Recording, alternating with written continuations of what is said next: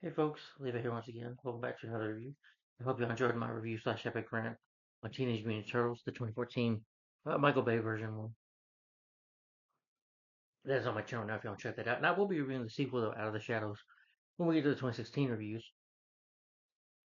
But anyway, guys, what I've been doing here on my channel, remember, it's the mask profile picture with the Jim Carrey movie, the mask profile picture on it, with him with the yellow hat and this.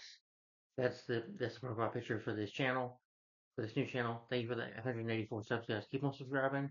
I appreciate it. We're getting close to 200. Just keep on subscribing, and I'm gonna keep doing more videos. That encourages me to keep on going. You guys watching and the views. Thank you for the views and the watches and watching my videos and the views. I really appreciate the support. You know, that's what it's all about. Support, supporting other people. That's what all YouTube is about. But anyway, guys, I've been doing a superhero marathon on my YouTube channel. I've been doing what I call the 2010s era of superhero reviews. This is superhero movies that came out in the 2010 decades, starting with 2010 to 2019. And right now I'm on the year 2014. And this is the last movie. This movie came out in November. This is a Disney movie, but it's not only Disney, but it's also a movie that is a Marvel movie, which I didn't know this. I've only seen this movie one time. It was some time ago, maybe on TV. But I just watched it on Disney Plus. I do not own it, but I definitely want to buy it. After the second time watching this movie, I really loved it. This was a lot better than Teenage Mutant Turtles. For one, the movie did have a heart to it and a lot of good humor. See, a movie that is, you could say, for kids, but also good for adults to watch as well. I'm 31 and I enjoy this movie. Yeah. So it just proves that you don't need to, put bad humor, fart jokes in a movie to be good. You know. Yeah. And this film had a good story, and it does have a lot of heart to it, I think, in my opinion. And that is Big Hero 6. Yes. I know you're right. Well, it is a superhero film, and it's also the character is based on a Marvel character. It's from Marvel Comics.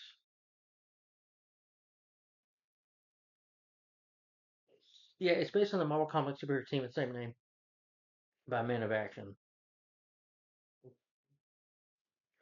Yeah, they're heroes from the comics. Big Hero 6, they're a superhero team appearing in American comic books published by Marvel Comics. Big Hero 6, a Walt Disney Animation Studios film inspired by the characters based on the film. Big Hero 6, the series premiered in 2017, which I've never seen. The characters also appear in the Kingdom Hearts and 3 in the world of San Francisco. They were created by Steven and Steve Seagal and Doug Russell. Big Hero 6 was intended to be first appear in 1998. Instead, the team appeared in their own self-titled issue miniseries.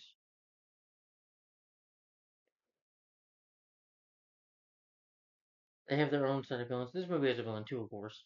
And there will be spoilers in this review. Uh, let's get into the production of the movie, shall we? Don Hall, Christine Reed, and the entire crew are such amazing talented people and have such a love for all things Marvel, and that it's been an absolute blast working with them. They've been really taking the Big Hero 6 property, which at the end of the day doesn't have a lot of publishing history. Behind it, building the entire world mythology around it, the amount of research Don and his crew have done is also been beyond through. I don't just mean with respect to reading the comics, from the design of the characters and their tech to look at the world. No stone has been left unturned, and a lot of Frankenflyer miles have been tailed up to get where they at the juncture. These guys have traveled the globe to make Big Hero 6 the very best it can be. It's a tribute to how John Lasseter runs the animation division. It is, I agree with that.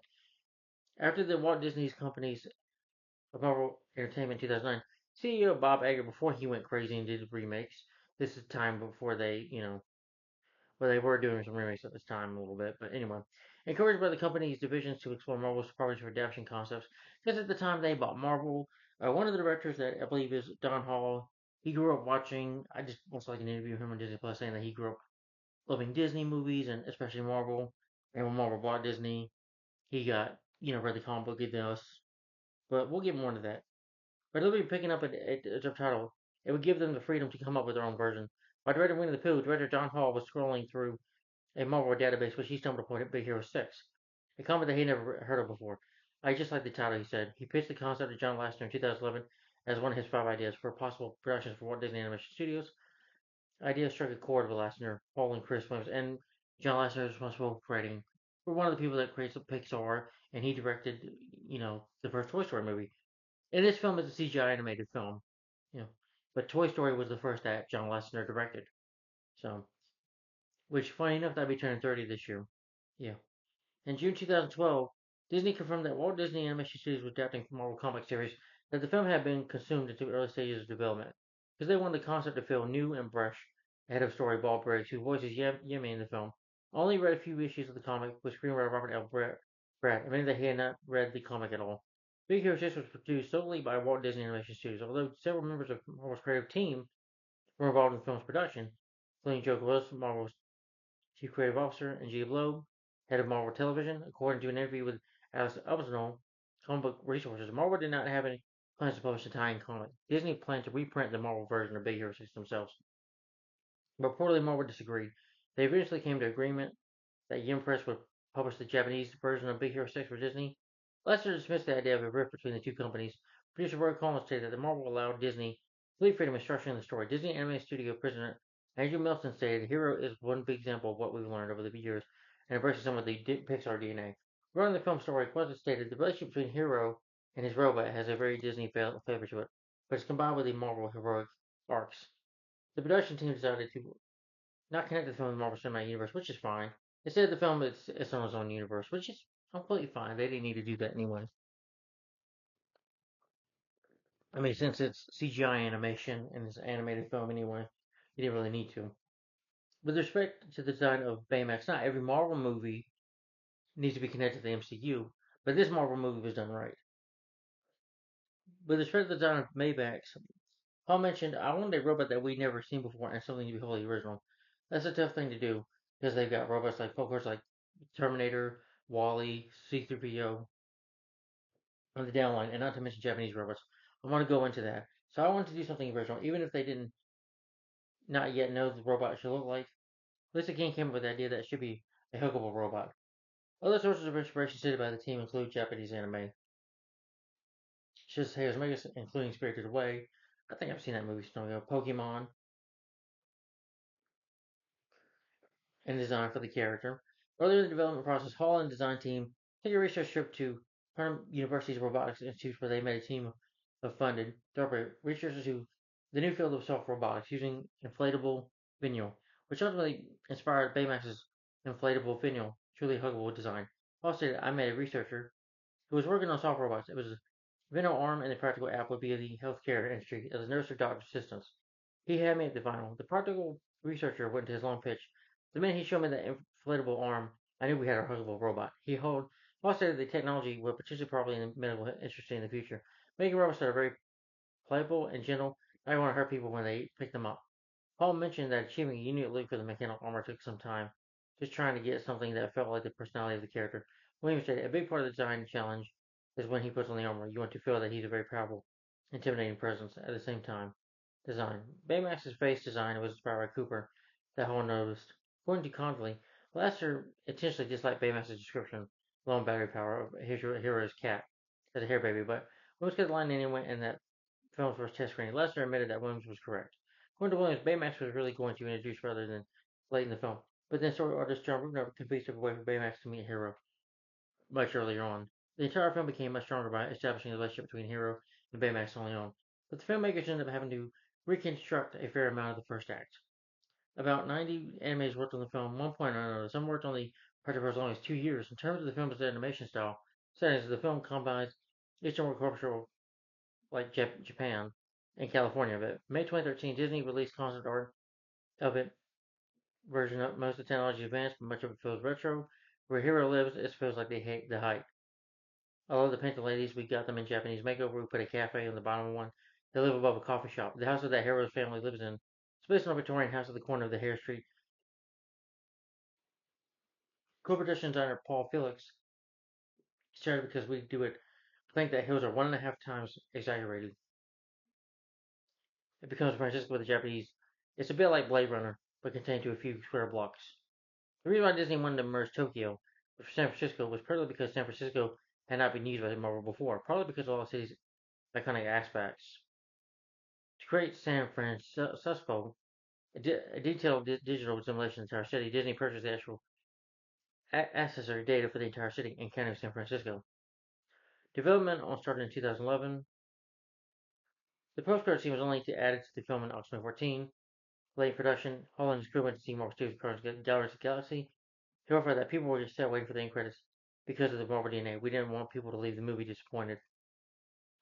The music is by Henry Jackman. For the film's marketing, they had the trailer. I don't know if McDonald's gave out food or whatever, but I guess you might have had some toys that were sold out for the movie. Yeah, I don't remember.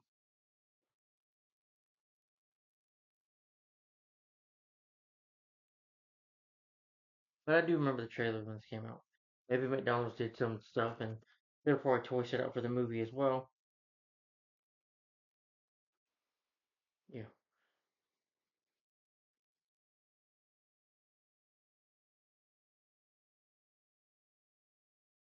I did skip some of the reading. I don't want to read everything. I think critics liked the movie, loved it.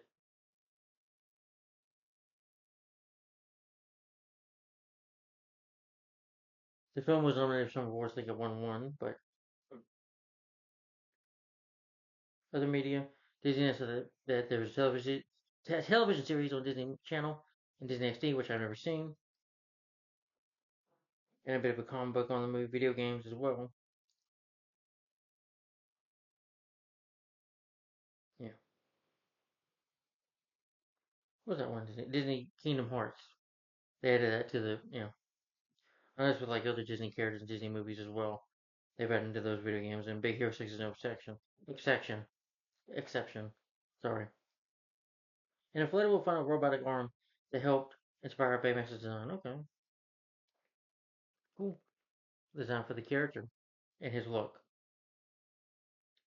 For the voice cast, though, of the film, sorry, you have Scott Edis as Baymax. He's an inflatable robot built by Tadashi as a medical assistant. I thought he did a great job voicing the character.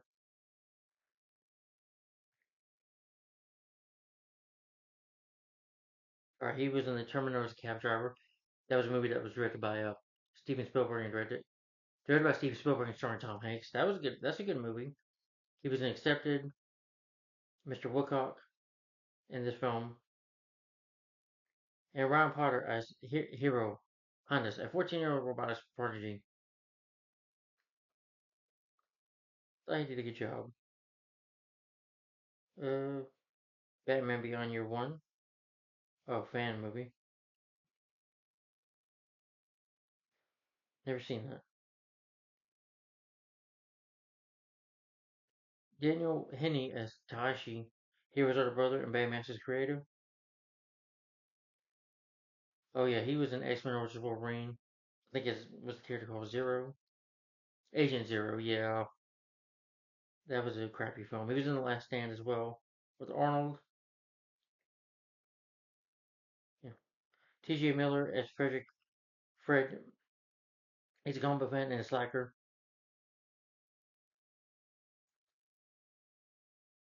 But T.J. Miller, good actor. I think he was in Transformers: Age of Extinction as well.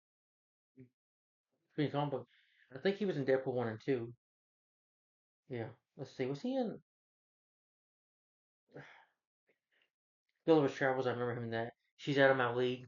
I remember him in that. That was a funny movie. And twice, yeah, he was in Deadpool, and he was in Deadpool 2 as well. Yeah. But that movie is not for kids. So if you have little kids, don't let them watch Deadpool movies. They're not for children. No. Jamie Chung as Gogo, a tough and athletic student who specializes in electronics. But Jamie Chung, beautiful actress. Uh, she was in Gotham. You know, TV she was only in season 3, and she voiced the character in the anime series as well. She was in An Apprenticeship Chicken Larry as one of the Hoodoo girls. Dragon Ball Evolution, Grown Ups, the first Grown Ups. I remember her in that, playing one of Rob Schneider's daughter in that movie, one of the gorgeous daughters.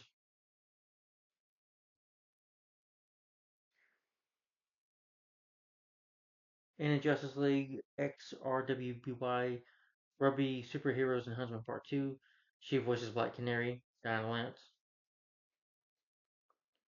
Damian Wayans Jr. as Wasby, a smart youth who specializes in lasers. Damian Wayans Jr. He's the son of Damian Wayans, the actor who's been in Living Color and Major Pain, and of course his father, did a superhero movie himself. He was in Blank Man in 1994, and of course Big Hero 6. He was, and I think he's doing a show with his dad. Oh, okay. I didn't know this, but he played the young Kevin Walker in the first Blank Man movie. I didn't know that. Yeah, and he was in like Let's Be Cops. The other guys How to Be Single,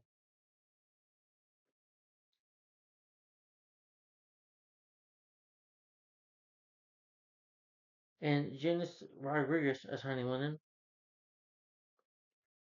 She's a chemistry enthusiast at the San Francisco Institute. She was in The Last Stand, Run All Night, Tusk, Which is When You're Expecting, Man on a Ledge, and James Cromwell's Professor Robot, Callahan, aka Yogi, the head of robotics at the program, Alan Tudyk as Alistair Cry, pioneer entrepreneur, James Cromwell, though, great actor. He was in Star Trek First Contact, LA Confidential, Deep Impact, The Green Mile, Space Cowboys, The Long Shard, the remake from 2005 starring Adam Sandler. Marshall, Jurassic World Fallen Kingdom, and Emperor.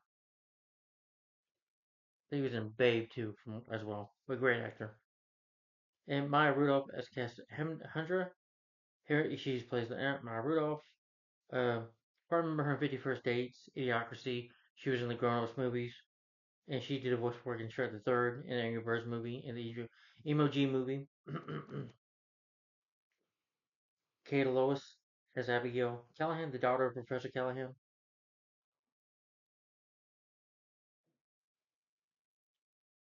She did some voice work for Utopia and Frozen and Ralph Breaks the Internet.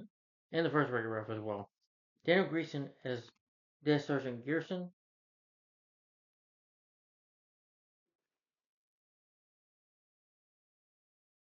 Sadly passed away back in 2016. Paul Briggs as Yame. He's a gangster. He's done voice for Zootopia and Raya and the Last Dragon, so he's worked with Disney before. Oh, and it said visual effects animator on some movies like Beauty and the Beast, Hunchback of Notre Dame, Hercules, Mulan, Tarzan, Lilo and Stitch, Brother Bear, Bolt, Princess and the Frog, and Winnie the Pooh from 2011. Ugh. David Chesney as Heathcliff, Fred's family butler. Chesney, I'm sorry. He was in the series as well. Fallout 4, yeah, he's done some other voice work as well. Billy Bush as newscaster. Stan Lee is first row, the late Stan Lee. Yeah, of course Stan Lee would have a cameo because this is a post-credit scene, though. Excuse me. Yeah, and of course with the Marvel movie, you want Stan Lee to have a cameo. Anyway, great voice cast. It's directed by Don Hall, who's worked on other Disney movies like Big Hero 6, Winnie the Pooh, Strange World, and Ride the Last Dragon, which I've never seen those movies. I gotta watch them on Disney Plus. He's also he was story artist on movies like Tarzan, Neighbors and Gru, Brother Bear, Chicken Little, Bolt, The Princess and the Frog, Tangled, Frozen, like I said, Zootopia, Mona. Chris Williams, he's worked on Mona as well, and Mulan as well. He's story artist on that, and then Bridget Group and Lilo Stitch, Brother Bear, Bolt, The Princess and the Frog. Screenplays by Jordan Roberts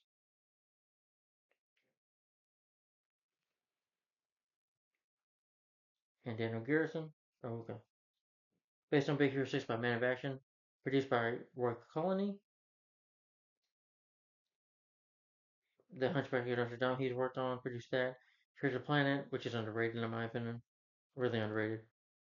Born in China, a penguin to polar bear. Cinematography by Rob Dressel. He does Alpha Lusky, who does lighting. It's edited by Tim Mertens. Music is by Henry Jackman. Who's done music for other superhero films like Kick-Ass 1 and 2, and Pixels and Captain Phillips, Kong Skull Island, X-Men First Class, another superhero film. Production company is Walt Disney Animation Studios, distributed by Walt Disney Studios. It's 102 minutes long. It was released November 7th, 2014. It's about 1 hour and 48 minutes.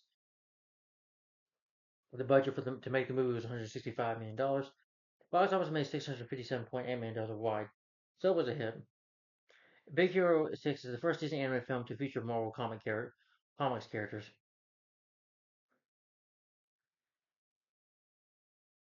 It got positive reviews from critics, praise for its animation, pacing, action sequences, screenplay, entertainment value, and emotional weight, which I agree has all those nice aspects thrown into one big bake of the movie. That doesn't make any sense what I just said. But all that makes the movie really good. But anyway, so the story of Big Hero 6, what the film is about is that robotics protege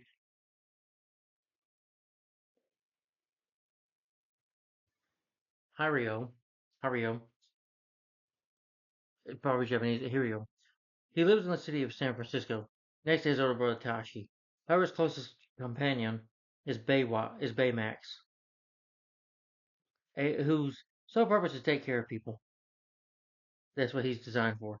But when a devastating turn of events throws Hero into the middle of a dangerous plot, spoiler alert, his brother gets killed, his brother dies, and Hero's trying to get into college. He's created these microchips. Somebody stole them. A person in a mask has stole them and is committing crimes. Well, has done something really bad, and he transforms Baymax and his other friends, Go-Go, Turo, Haneyland, and Fred, into a band of high-tech superheroes, and they have to stop this villain, this man, who is going to cause a lot of damage. And you find out a little more in the story below, but he's planning something bad, and they have to find out what he's up to, and they have to stop him. And Hero and his friends have to seek justice for his brother, and they have to find out who this person is, why he's doing this, and they have to stop him before he destroys the city of San Francisco. Of San Francisco, yeah. Like I said, this is a really good movie. So, and their hero is called the Big Hero 6. So, pretty awesome. Yeah. And the movie takes place in the year 2032. Funny, well, only 2025. We got what? Yeah, well, it'll be for another 7 years till we get to 2032 itself. But yeah, that's what the film takes place in.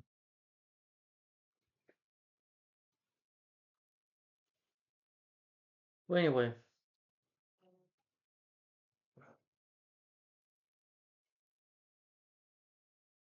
the film opens up with these robot fights. These people in the animation. This is CGI animation is really good. But with the opening though, you have these people that do robotic fights with the robots. This one guy, this gangster's like real good, and Hero's like, face my robot. And then his robot's like a big giant robot, and Hero's robot's like a little robot. And he fights him, and he loses. And like Hero's like, I got more money. And you find out that he's actually scamming the guy, two-time hustling him. And his little robot, has like a devilish face and beats the guy, beats his robot. And he gets mad about it, think he's been cheated out of. No one makes a fool of me. And Totayashi, his brother, to say they get away, but they get caught by the cops. And his aunt, who's voiced by Maya Rudolph, fusses at them. You have me worried. I'm gonna eat the cold cakes. They run a bakery. They like live upstairs, but they run the store with the bakery. And his brother tells him, you shouldn't do this. You can do a lot more with life. Maybe go to college, be like you. No, thanks. I'm pretty good at the robot fight, so I'll keep doing that. And Tashi, he worries that his brother is, that he's very intelligent and he's smart, he has potential. He's like, do you want to spend your life in jail, going to jail and in jail? You can do something with your life. Just let me help you. And he takes his brother to his college, which is the San Francisco Institution of Technology there. He meets Tashi's closest friends, like Gogo Tomoko. And Gogo just like her. She's a girl that, has like these wheels of a bike. She can have an attitude at first. And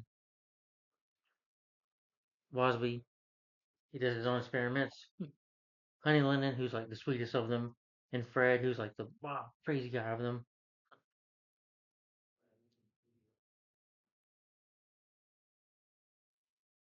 And he also meets Baymax for the first time. And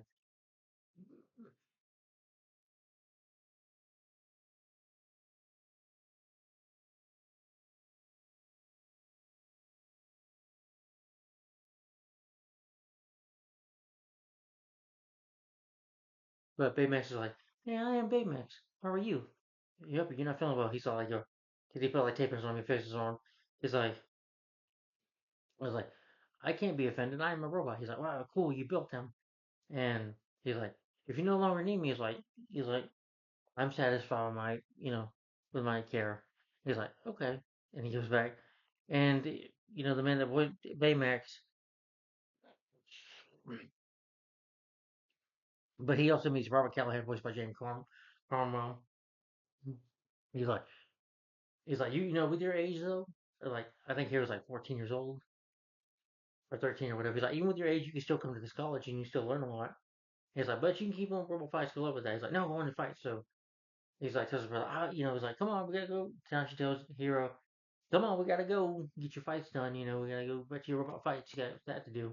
He's like, you drive me crazy. I gotta go to school. I gotta go to school. He's like, so he's gonna help his brother train him a little bit. With help with the friends. With Go and Watch and Honey and Fred all supporting him. He starts to enroll in the school with help from Tanashi and his friends. He designs his own robotic project in order to gain a personal reputation. His invention is called microbots. These are a type of nanobites which he can control, telepathically, like with his mind. Like with an arm, you can do anything with them with your mind. And at first he tells the audience, but they walk away, but he introduces them, they're interested. And it also impresses Elster Kiro, who's owner of the robotics company called Tech. He's interested in getting like the money, and Robert's like, don't trust him. He's just gonna use you. And he's like, well, thank you, Mr. Krill, but no, not interested. He's like, okay, it's your choice.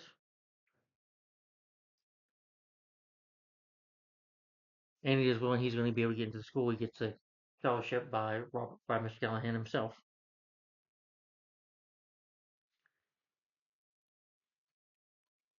They leave to celebrate his success, but then all of a sudden a fire breaks out in the exhibit hall. Tadashi rushes in to rescue Callahan, who's inside. But the building. This is a sad moment when Disney does this. It's like when Mufasa gets killed in Lion King, or Bambi's mother gets killed, or Disney characters when they die in a movie, he gets really sad. And it gets really sad here when now she's like, well, someone's gonna help him. He tells his brother, he's like, Yoshi, no. Tasha's like, Tasha, no. Tadashi, no. And it blows up. Right in Hero's face, but Hero ends up okay. But his brother, of course, doesn't. Him and Mr. Callahan are dead. They're Mormon. They throw a funeral for his brother, and he's upset. He's been in his bed for a few weeks, not going to college. He's depressed and very much missing his brother.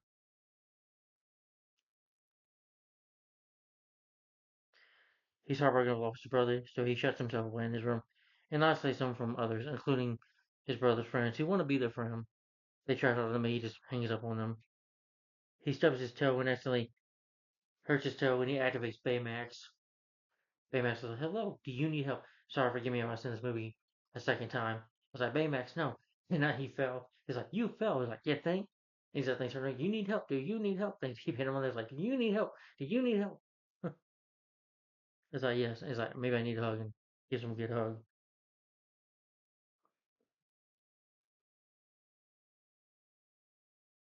He attempts to evacuate Baymax. He's, you know, telling him I'm satisfied with my conclusion.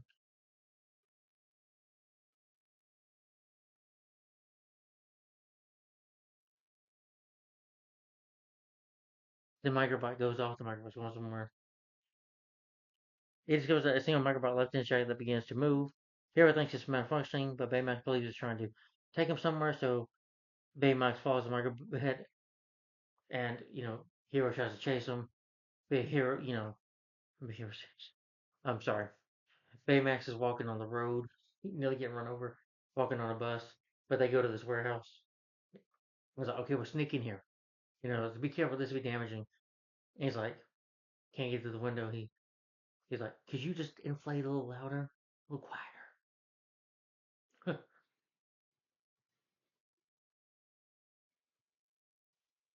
But all of a sudden they see this strange man in a mask. They get tested by this masked man who's controlled the microbots, who he thought that his microbots were destroyed in the fire, but apparently not.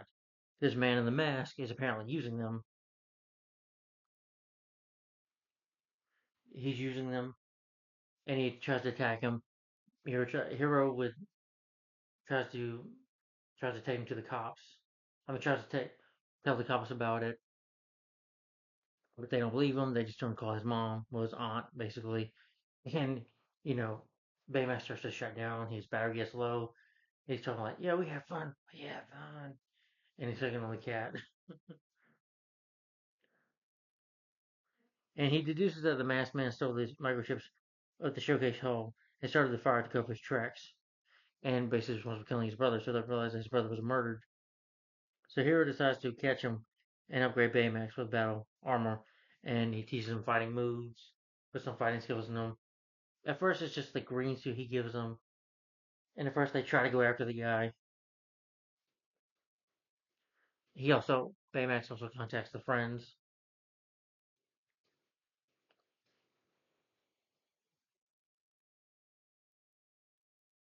They attempt to pull a surprise attack,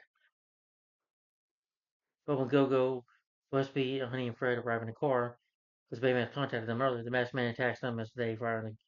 They, they're like, "What are you doing?" But he chases them down. Fred's like, "We were being chased by a villain. That was scary and all, but it's awesome." Weespoo is, what Waspy, he's slowing down. So Go-Go's like, "Oh, we're driving," and they get away. They land the wall. They nearly drown, but Baymax saves them, floats them up to safety. First, you find out that Fred lives in a big mansion with a butler. Hero decides to upgrade Baymax further so he can scan the entire city to find him. Hero also upgrades his friends with super suits. So, Go-Go, she, gets the bike, kind of like a bike looking suit that she can just, like skate on. And Honey, she gets like these balls or whatever that, can turn like into glue or whatever when she throws them. And Waspy, he's got like these electric hands almost that he can use to fight. And they're training, and he gets Baymax the cool red suit, which can also fly. And he gets his own suit. And Fred, gets to be in a dragon where he can fire and fight as well. As they're training, and him and Baymax they go flying, which I thought was really cool. That was a really cool shot. It kind of reminded me of Iron Man a little bit. Just made me think of Iron Man. But that was awesome when they're flying. And Baymax was like, "I'm gonna go fly," and they're on this bridge, San Francisco Bridge, whatever the place is called again, San Francisco Bridge. He flies off, and he's able to track the guy down more.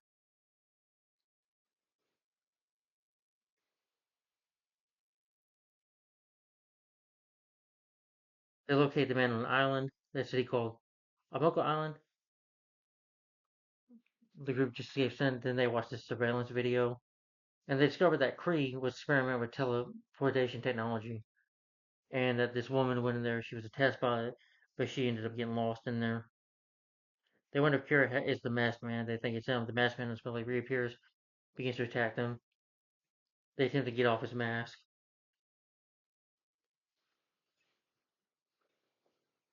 and at first they're not looking fighting him because the man's really good with the nanobites and attacks them. Whisper tries to use his weapons, slashing, but it doesn't work. He traps Honey, Go-Go. He nearly kills Go-Go, and but eventually, with thanks to Baymax, he's able to get the mask off. And spoiler alert, it's Robert Callahan, the man that's the teacher of the at the Institute, San Francisco, that's teaching these kids that are his students. But you find, yeah, he's like, "Why are you doing this?" Doesn't really tell him why. He's like, "My brother tried to help you. Tashi tried to help you, but that was his mistake." He's like, "I got your hands on Unibuts," and he used it like almost like a ball to cover himself, and it kept him alive. And he put on the mask, and well, you find out information after that. Well, what happens is they're able to find out information that Callahan is doing this because the test subject that was the pilot that was going to go on the teleportation device that got lost, or you think killed, was his daughter. And of course, he was there, so that's Callahan's motive is revenge. Getting revenge against whatever the heck that guy's name is again. Uh,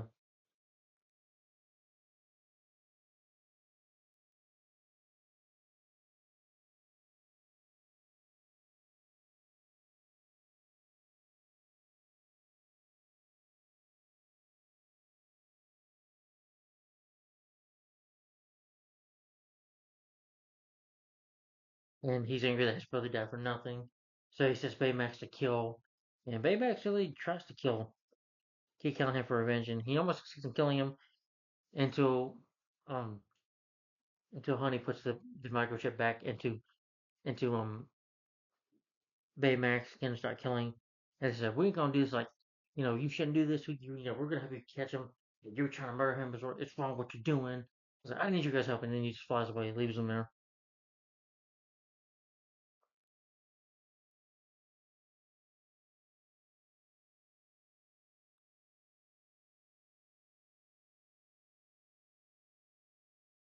But Callahan gets his mask back and he does escape.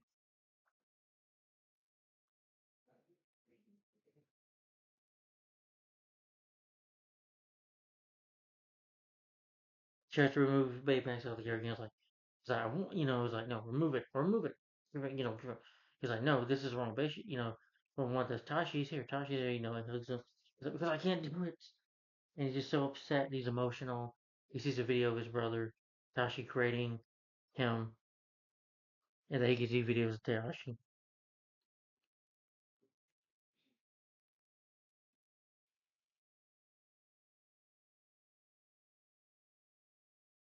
Baymax shows him these recordings of Tashi during his development and rekindles with his friends and forgives them. It's a moment where they hug each other and say, I'm sorry for what I did. Then they examine the footage. Like I said, they find out that, oh, his daughter's name is Abigail, that it was Kree that did it. That's why he's out for revenge. And,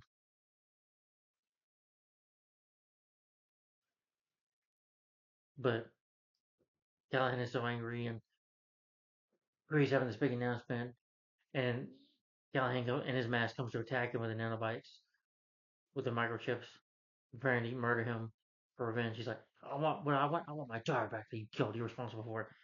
And he tells him, look, Callahan, this isn't right.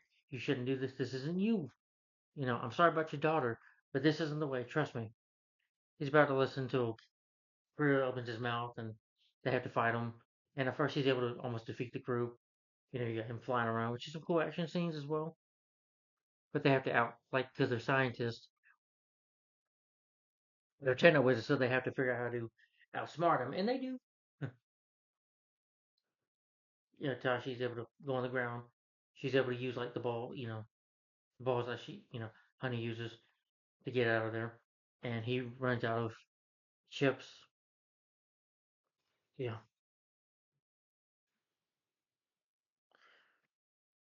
And the portal goes crazy, but they do defeat Callahan. But Baymax detects a female life form within it. It goes still alive in the hypersleep. Hero and Baymax rush to save her. Yeah, they get her. They find her. Baymax's armor is injured. Baymax's armor is damaged by a giant piece of Darvius, or is damaged. And the only way to save Hero and Abigail is to sacrifice himself. He's like, no, I can't lose you. No, I will not accept it. He's his Hero. I will always be with you in here. Yeah, that's what he tells him. And he's like, okay, Baymax. You know. And this is where Hero he has to learn to let go. And they give each other a hug. And I thought that moment always made me cry in the film. And it made me cry because the two have become such good friends. And so he's like, love you, Hero. I'll be with you. And he takes off. You. Mm-hmm.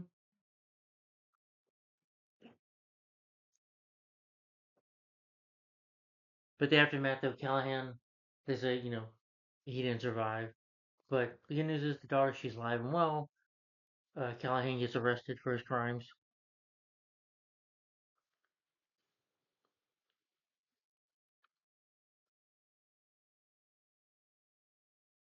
Yeah. And people are like, who's these people groups, these heroes? He discovers Baymax's healthcare chip with the Rocket Hand when he goes to his little brother's college, his brother's institute, in his office, and they're going to continue, of course, being heroes. He's able to get Zero back, yeah. And he successfully rebuilds Baymax, and he inserts the chip, and and they happily reunite. And then with his friends along, Hero, Baymax, Fred, Go-Go, Waspy, and Honey, and Go-Go, they'll team up, and you see the fight. We go to Big Hero 6, and they fly off, and at the same time, they just continue helping those in need and become heroes at the end. They did a post-credit scene where Frank goes back to the mansion, talking to a photo of his father, telling me to be proud of him. Fred is able to see her door. He finds that his father arrives, and he states that they have a lot to talk about. And the two embrace that his father was. And the one that makes the cameo then is the late Stan Lee. Yeah. So that was an awesome cameo. And then that's Big Hero 6. So,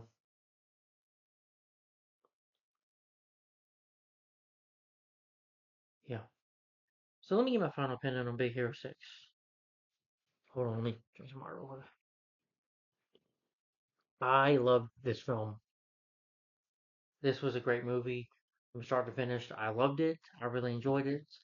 First of all, the story was really good. I got the idea of the story, and it is a superhero film. It feels like a superhero film. It's a great Marvel movie. It's one of the best Marvel films I think ever made. One of the best superhero films, I would say. I highly praise it. Why? Because I think it was a great movie. It had a good story. There was heart in there. There's moments that, like I said, that made me cry. I like the friendship, especially between the main characters, Hero and Baymax. You know, and that Hero has to learn to let go. And even though he gets mad, wants revenge, he learns to cope with death. That death is a part of life. That Tashi's death was an accident, well, even though it was caused on purposely, but still, it's just a life lesson that you gotta learn to let go. You just have to learn to let go in life. That some people pass away, sometimes people die, and there's nothing you can do about it. You know, I think the movie's whole point is that you just gotta learn to move on. You know, it's not worth being angry and all that stuff. Even though, yeah, you always miss the person, but they'll always be with you. Here, but I thought the story was good. I thought the film was entertaining, and there was moments in there that made me cry, like toward the end when Baymax sacrificed himself. That was sad. You know, you see, that's why this movie works because it had a good story. I like the whole thing of Technoverse and using technology and the microchips, and they had a good villain as well. I sympathize with Callahan. He lost his daughter. He had a good motive for his revenge. He was angry, had a lot of hatred in him, and was mad about it, even enough to kill the guy responsible for it. Yeah, but I like how they become heroes. And when they become heroes, it's cool. The costumes are cool. Fred's my favorite character in the movie, voiced by T.J. Miller. He was funny, but the film has good humor as well. It's a good story. It's interesting, and it goes by at a really good pace as well. The film never slows down. It goes by at a really good pace. The story's very engaging. I'm invested in the characters and in the story, and it is an emotional weight of a film. It really is. Yeah. See, that's how you do. Guardians of the Galaxy even had an emotional weight to it. The first Guardians of the Galaxy. And two, and even three. That's what the Teenage Mutant Turtles movie fails, 2014 film. Because of the stupid humor. I don't feel no emotion at all in that movie. Nothing. I felt nothing because I didn't care about the characters. I didn't care about Megan Fox or Will Arnett. I didn't care about the movie at all. That's the problem. That's why this movie worked because the directing and the writing is good. Yes. Once you have that, a good story and good characters and good direction of writing, your movie works. Yeah. Maybe the music wasn't so memorable, but the cinematography is nice. I love the way San Francisco looks or San Francisco Tokyo looks, whatever you want to call it. The action scenes are well shot. The music is decent, is good. In the film, it's 102 minutes long. It's not that long at all. It goes by at a really good pace. I didn't get bored one bit. As the plot thickens, it gets more interesting, and it's got a story, and it has the heart of it. Though I think is the Baymax and Hero's relationship is like Baymax. He's the one to take Tashi's place. It's kind of like a brother for him, if you will. You know, because he lost his brother, and just had to learn to move on, and let Baymax go. But we built them, and you love seeing them become heroes. And Baymax has a red suit that was cool. All their suits were cool. I like all these characters. When they're hugging, I buy them as becoming good friends. I buy it. When the emotion is in this movie, it's believable. When they cry, or when the emotional weight happens in this movie, it's like an emotional ride with this movie. But it's a good superhero film because it works because we care about the heroes. I care about the main characters. Yeah. The only thing is, I wish the music was a little better. I don't remember too much of the music of the movie, but yes, my second time movie, maybe the music grew on me. But this is my only second time viewing the film. But despite that, this was a really great movie from start to finish. I loved it. I thought it was great. I think it's one of the best Disney films ever made. I would put it, yes. I put it up there with Toy Story or Tarzan or Lion King as a great Disney film, in my personal opinion. That's just my opinion. But yeah, I don't know what I say about Big Hero 6, except I loved it. I really enjoyed it. I loved it.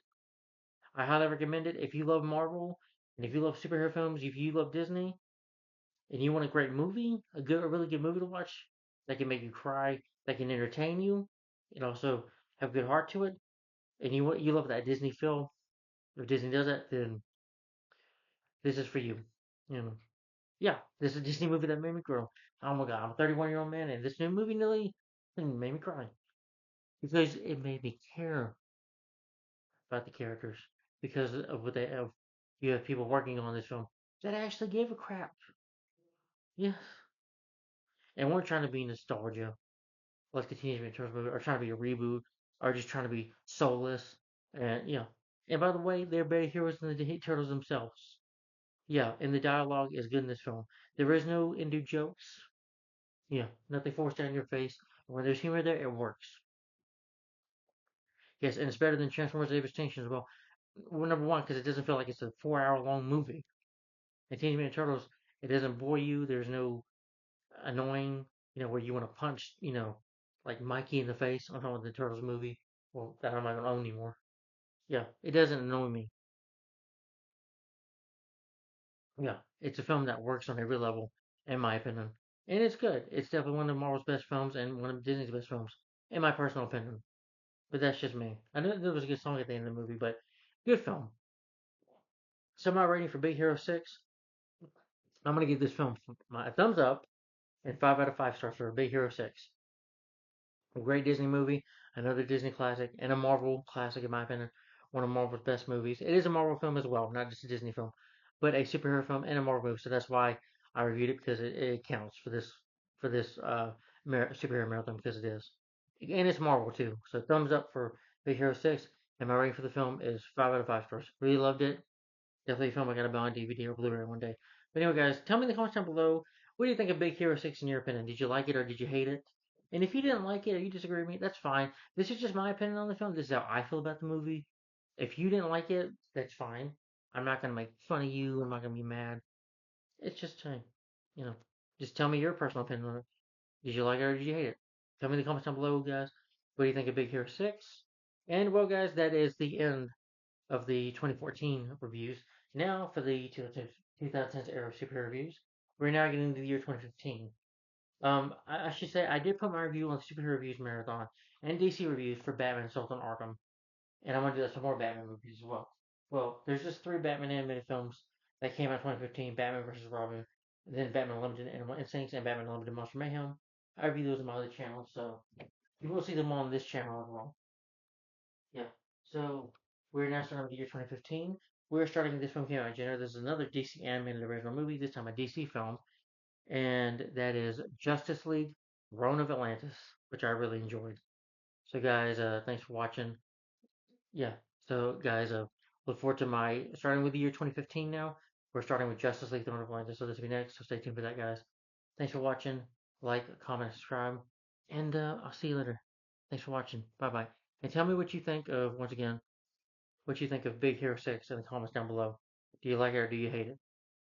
And if you have Disney Plus, it's on there and if you want to watch it. And Justice League Dawn of Atlantis, this will be the first review for 2015. So stay tuned for this. Justice League Dawn of Atlantis.